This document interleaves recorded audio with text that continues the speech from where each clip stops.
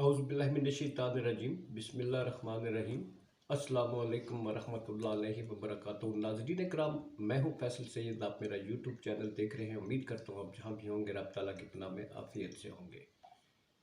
मुल्क में बड़ा बहरान, बड़ी बैठक और बड़ा फैसला।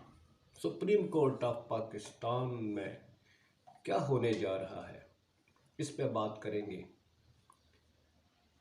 और दूसरी तरफ एक आला रिटायर्ड फौजी officer lieutenant general retired Amjad Shoaib की गिरफ्तारी का मामला।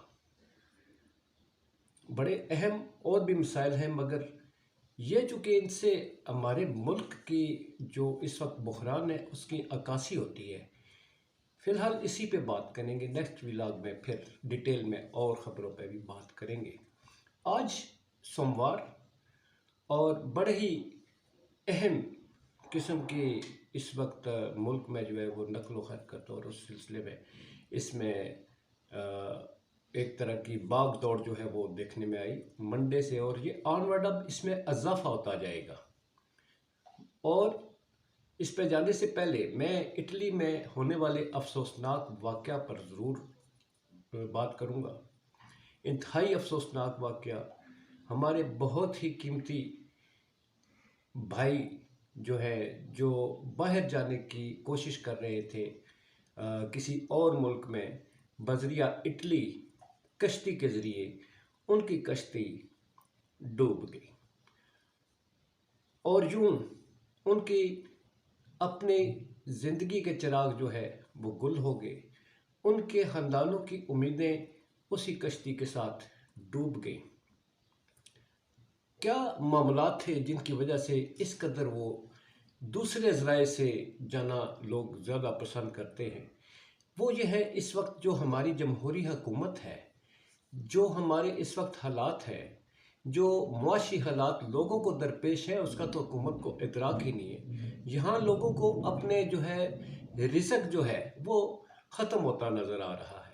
जहाँ रोटी खाने को तरस जाए, जहाँ आटा ख़रीदने को तरस जाए, जहाँ पर लोग फाके मरने शुरू हो जाएं, जहाँ अपनी हुकूमतें जो हैं, जो अपनी जो सामान तआयुश है और जो अपने खाने पीने के सामान में उसमें अपनी अय्याशियों में तो कमी ना लाए, मगर इस अवाम को भूखा मरता ज़रूर देखेंगी, क्योंकि जमहूरियत तो इनकी अय्याशियों में ही मुज़म्मिर है। अवाम के भूख अफलास से इनका कोई ताल्लुक़ नहीं होता। तो ये पाकिस्तानी जो है वो अपने ख़ानदानों का पेट पालने के लिए नाजायज़ तरीक़ों से पैसे देकर एजेंट्स के ज़रिए जब जाते हैं तो फिर वो बेचारे हादसों का शिकार हो जाते हैं। 28 ख़ानदान जो हैं वो यतीम हो गए, बेवा हो गई, जो औरतें हैं बेवा हो गई और माएँ अपने बच्चों से महरूम हो गई। क्या इस हुकूमत का कोई ज़िम्मेदार रिज़ाइन कर देगा जो दूसरों को रिज़ाइन करने की राह दिखाते थे? क्या इन ख़ानदानों की उनके रोज़गार का एहतमाम कर देगा? क्योंकि अपने ही पेट नहीं भरते, दूसरों के पेटों का क्या ख्याल करेंगे? अल्लाह ताला उनकी मग़फ़िरत फ़रमाए। इन्ना लिल्लाहि व इन्ना इलैहि राजिऊन। और उनके लवाकीन को रब ताला सब्र जमील अता फ़रमाए। अब आते हैं जी, आज ये बहुत बड़ी बैठक थी सुप्रीम कोर्ट की ऑनरेबल जजेस की।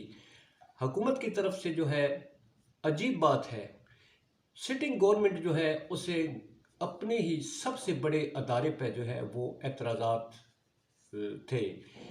जो बेंच बना, इलेक्शन एक आईनी नुक्ता था। इलेक्शन करवाने हैं, किसने करवाने हैं? गवर्नर्स ने हाथ खड़े कर दिए, इलेक्शन कमीशन ने गवर्नर्स पे डाल दिया, गवर्नर्स ने इलेक्शन कमीशन पे डाल दिया। सदर जो है वो बीच में आ गए कि ये सारे नहीं कर रहे तो चलो मैं फैसला करता हूँ, इलेक्शन करवाएं। इलेक्शन तो करवाने 90 दिन में आईनी हद है, उसका तो पासदारी, उसकी पासदारी करनी है।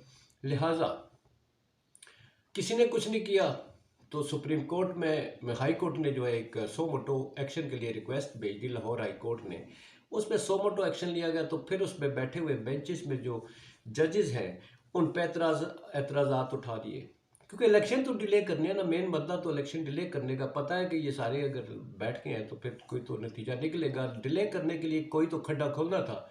तो एतराज़ात उठा दिए जी, फलां फलां जो जज हैं वो उन्हें अलग कर दिया जाए। अब इसके तो दो मतलब निकलते हैं, तो ये हमारी मर्जी का जज नहीं, हमारे मर्जी के जज, हमारी मर्जी के फैसले होने चाहिए, और जो सही फैसला देगा वो तो बेंच में नहीं होना चाहिए। गोया आज 4 जज साहिबान जो हैं उन्होंने अपने आप को बेंच से अलग कर लिया, और जो 5 जज जो हैं उन्होंने चीफ जस्टिस ऑफ पाकिस्तान की सरबराही में आज हियरिंग की, और सबके जो नुक्ता था वो यही था कि 90 दिन के अंदर इलेक्शन करवाने हैं।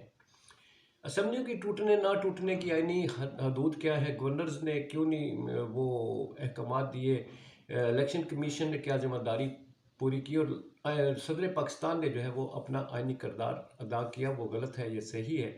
सारा मौजू जो है वो 90 दिन के अंदर इलेक्शन करवाने का ही है, इससे हटकर कोई बात नहीं ही हुई।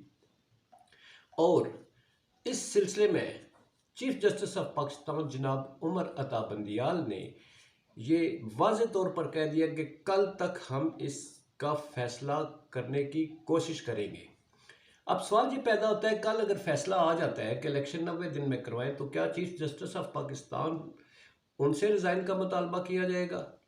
फिर ये कहा जाएगा कि इनको हटा के दूसरे चीफ जस्टिस ऑफ पाकिस्तान जो है उन्हें लाया जाए, ताकि वो 90 दिन के बारे में वो फैसला कर दे इंतखाब कराने। असल में फ़ैसला हुकूमत की ख्वाहिश ये है कि फ़ैसला ऐसा है कि जिसमें इंतखाबात ना करवाए जाए, हमें जो है हमारे इक़्तिदार को दुआम बख्शा जाए, और हमें ही सारी बागडोर जो है वो मुल्क की आइंदा 10-20 साल के लिए दे दी जाए, तो फिर वो ही जज जो है वो इनको एक्सेप्टेबल होंगे। मगर अब आप याद रखिएगा कि ये बेंच जो है इसका फैसला जो है वो हर सूरत में उस पर अमल दरामद करवाया जाएगा, बाई हुक और बाई क्रुक। अब कोई एतराज़ नहीं सुना जाएगा।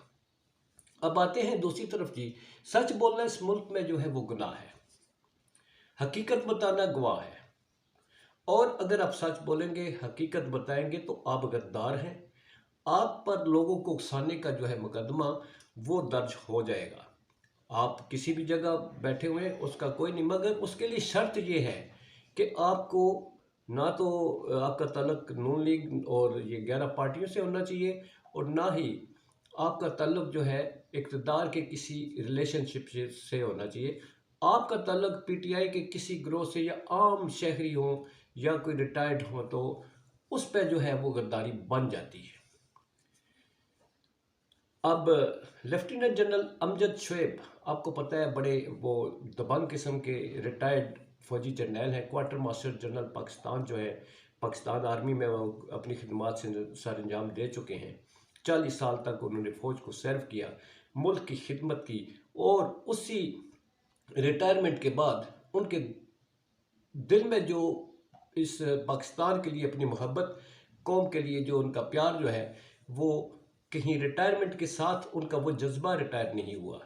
उन्होंने भरपूर तरीके से अपने मुल्क के लिए जो उन्हें हकायक नज़र आते थे वो कौम के सामने रखते थे अपने यूट्यूब में। और आपने देखा कि हमेशा उन्होंने फौजी वर्दी पे तो पाकिस्तान का बैज जहाँ बना होता है, उन्होंने यहाँ पाकिस्तान का झंडा लगाया हुआ होता है, और अपने हर विला के अख्ताम पर पाक अफवाज पाइंदाबाद पाकिस्तान जिंदाबाद के उसे एहतमाम करते हैं। गोया ये चूँकि हुकूमत वक्त पर जो है इस वक्त, हालांकि होना तो ये चाहिए जो एतराज़ात करते हैं आप उनको वेलकम करें और अपने उसमें तस्सीह करें, मगर नहीं, गवारा ही नहीं है कि कोई इस तरह की बात करे कि आप में खामियां क्या हैं। लिहाजा उन्होंने शायद अपने वीलॉग पे जो है वो किसी टीवी चैनल पे बैठकर ये फरमा दिया कि कौम को अपने हकूक़ के लिए बाहर निकलना चाहिए, तो गोया उन्होंने उकसा दिया। दूसरी तरफ अगर देखा जाए तो मरियम नवाज साहिबा पर क्या केस नहीं बनता, जो जलसों में तस्वीरें लटका कर जो है हाजिर जो जजेज हैं उन पर सवालात नाम लेकर उठाए जाते हैं। क्या ये लोगों को अदालतों के खिलाफ उकसाने के मतरादफ नहीं होता? क्या उनकी भी रात को 12-14 डाले पुलिस के जाएंगे गिरफ्तार करने के लिए? मगर ऐसा नहीं, ये इसी दौर में नहीं हो रहा, ये इसी दौर हुकूमत में नहीं होता। ये पीटीआई का दौर ले या उसे पिछले जो भी हुकूमतें हैं जो जिसके पास पावर होती है, वो अपने जो आपकी अपोजिशन होती है उसके खिलाफ पावर्स ऐसे इस्तेमाल की जाती हैं, अपने आप पर मुकदमात नहीं बनते।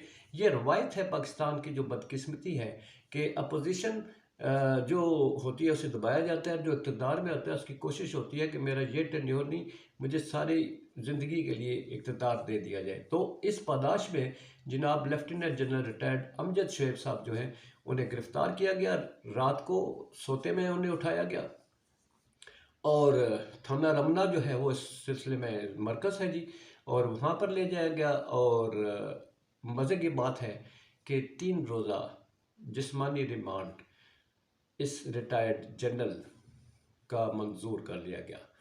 अब फिर जुडिशल होगा और फिर जेल जाएंगे। अभी तो हवालात में बंद करेंगे उन्हें, फिर जेल भी जाएंगे।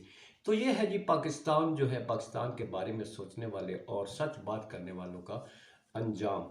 और अहम खबरें हैं, सोमवार था, बहुत ही ब्रेकिंग न्यूज़ है। अपना बहुत सारा ख्याल रखिए। पाकिस्तान जिंदाबाद, पाक अफवाज पाइंदाबाद।